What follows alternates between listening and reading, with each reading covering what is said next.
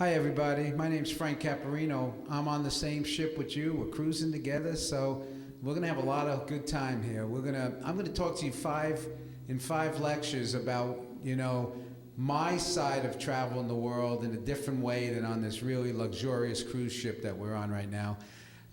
First of all, I got to see the world over 30 countries by Navy gray ships. And the other part of it, you say, well, great, you were in the Navy. No, the exciting part of it was I was a civilian while doing it.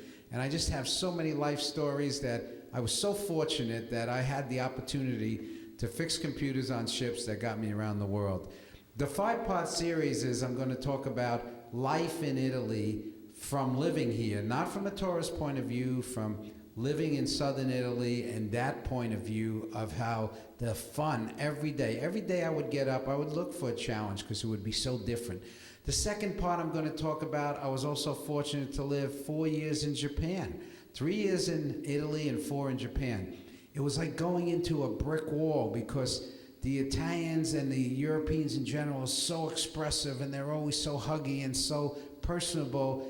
And we go to Japan, myself and my family, and you're trying to be expressive and you're trying to argue, and it's like running into a brick wall. Love the Japanese. Safest country in the world, people with the most respect. We really enjoyed it, but they're just not huggy. They're just not people who you argue with. You have to bow and you have to learn that culture. So that was interesting.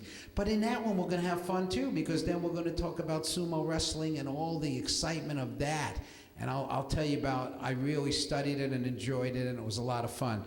Part 3, we're going to talk about how do you get around the world on what kind of ships I was on, from aircraft carriers to subs to oilers to the parts of the world that I had to float around in, and from the Persian Gulf to the Indian Ocean to the Med to every other sea in the world. Again, I was very fortunate. I'd love to just share it with you, talk about it. And the other 3 parts are going to be the countries that I've seen in the Med and the Persian Gulf, and then the countries that I've seen in Westpac, like the Navy calls it, or in Asia area. And of course, the 5th part will be going down to Australia and New Zealand.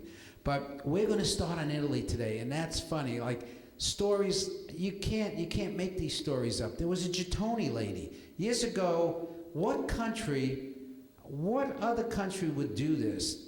Italy used to have, and again, this is circa 1970, 1980 area, they had a coin called the Gettoni when you had to make a phone call, obviously pre-cell days, but you had to have 100 lira coin to buy a Gettoni to make a phone call. Who would do that? Now you need 2 coins. And then you go into the airport and say you have to make a phone call. And the airport that I used a lot at in Napoli was called Capodichino. And Capodichino Airport, they say, go to the Gettoni lady. Gettoni lady? Yes, there was a lady with a bag. She dragged around. She was an older lady, about 60, and had this big bag, burlap bag full of Gettonis. And you give her 100 lira, she give you a Gettoni. I don't know how she made money, because that's what a Gettoni cost. So there was a Gettoni lady who sold just coins for the telephone. Boy, that's a unique industry. I'm telling you, that got wiped out with the cell phone. And the stories go on. I'm going to spend a lot of time on these Italian stories. And it's, I remember the time I had to rent a car. I traveled a lot. A friend of mine who came in, we were engineers on contract to the Navy. He came in, he says, I don't like how you have this rent-a-car and we don't have a document for it. Even though it was Hertz, we didn't have a contract. And so he said, I would feel much better if we can get a contract because we're renting a car. He was never in Napoli. I lived in Napoli already for 2 years. And every day you compromise in Napoli. It's just so much fun because there is nothing written down and hard and fast from one day to another. We go to the Hertz person at the Capodichino Airport, and my friend said he wants a contract in his name, and the guy said, we don't have a contract. But he said, I need something. So he takes out a piece of paper, and he says, what's your name?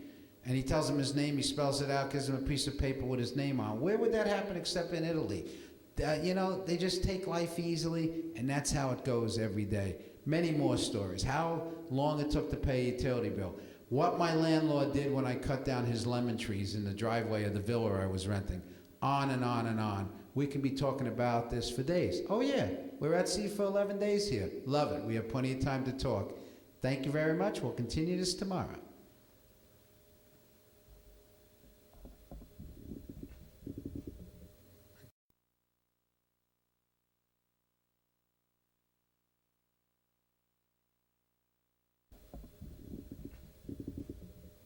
Good morning, fellow cruisers. This is Frank Caparino.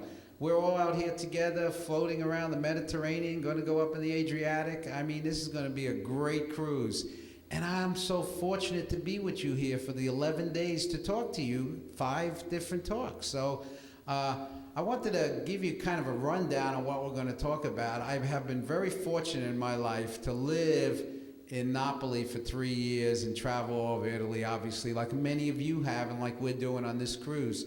But also, I had the excitement behind that. After 3 years living in Italy and having the fun of being Italian and eating the greatest food on earth and dealing with the most fun people in the world, I went to Japan. And I don't want, every time I say this, it sounds like I'm having a negative attitude towards Japanese. Not at all. It's just a different culture. And that's why we travel the world. We want to meet different cultures. So, but when I came out of Italy, and even though I'm Italian-American from New Jersey, I was so expressive coming out of Italy because of the warmth and all the hugging and the double kisses. And I'm so fortunate to be from here that I met my relatives and I had all that warm feeling also.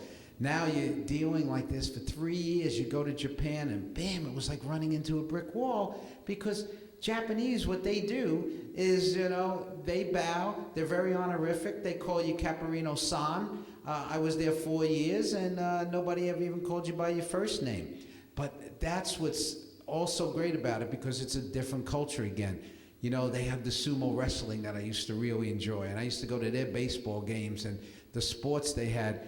It was a lot of fun. And it's when you're eating in the Japanese restaurants and you have to eat on the floor. But what we're going to do is we'll get back to Japanese later. The 5 parts of my speeches will be, first we're going to talk about living in Italy, what that's like, but from a resident's point of view, from a person from another country living there for 3 years.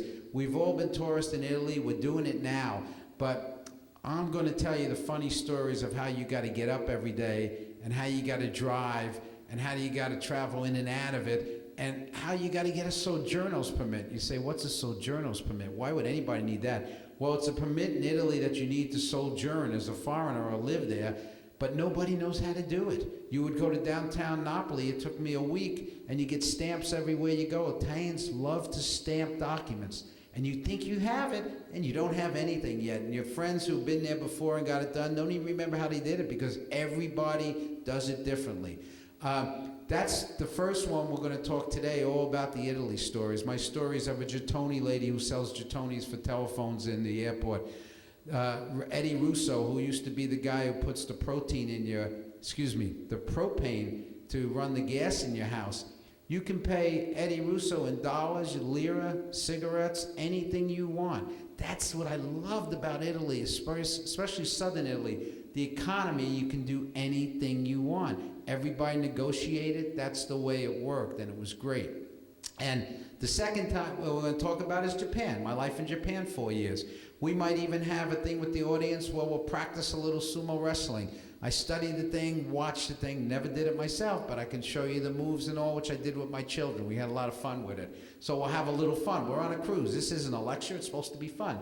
Part 3 would be the ships that I rode and the funny incidents that happen on the ships every day. I mean, I rode 300 ships, and I was a civilian, which was really unique. From aircraft carriers to submarines to oilers to cruisers, destroyers, everything in between. I was very fortunate that I used to repair computers on the ships. The third part is we're going to talk about all the port stops in the Med, which a lot of people, you've been on this cruise, and we're going to be going on some of them, and the Persian Gulf. And, the times I spent in Bahrain on all the Persian Gulf trips. And the third one we're going to be covering, like the Navy would talk about at Westpac. We're going to talk about the Hong Kongs, the Singapores, the Thailands, and all those visits to that. And the 5th one is going to be, let's go down to the Down Under and New Zealand and Australia that I've been a couple times in my life.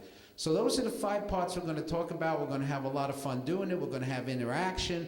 And let me start now. Let's move back again to the Italy one. Okay, let's talk about, I'm going to go in detail on all the stories, and they were a riot every day of how my landlord told me in Italian that he's got poison in his gut for me. And why? What did I do? I cut the trees in the driveway of his villa. I had no idea that lemon trees were so close to Italians. I couldn't even get in and out of my car anymore. I had so many lemon trees growing on the driveway. So one day I just cut them all back. I didn't cut them down, I just trimmed them. He went into an alpha state, went crazy, and he started screaming at me in Italian. My Italian wasn't that good, but I grabbed a couple words. I could hear stomach, something with the stomach. I had a person translate, and they said, "He's got poison in his gut for you." I said, "That doesn't sound good, does it?" "No, it doesn't." So I had to kind of, how do you wine and dine a landlord that's mad with you? You bring him gifts. Bring him some scotch, bring him some American products. Everybody was happy. Anyway, we're going to continue this tomorrow. We have a lot to do. We're all cruising together. We're having a great time. I can't wait to continue this tomorrow. Thank you very much.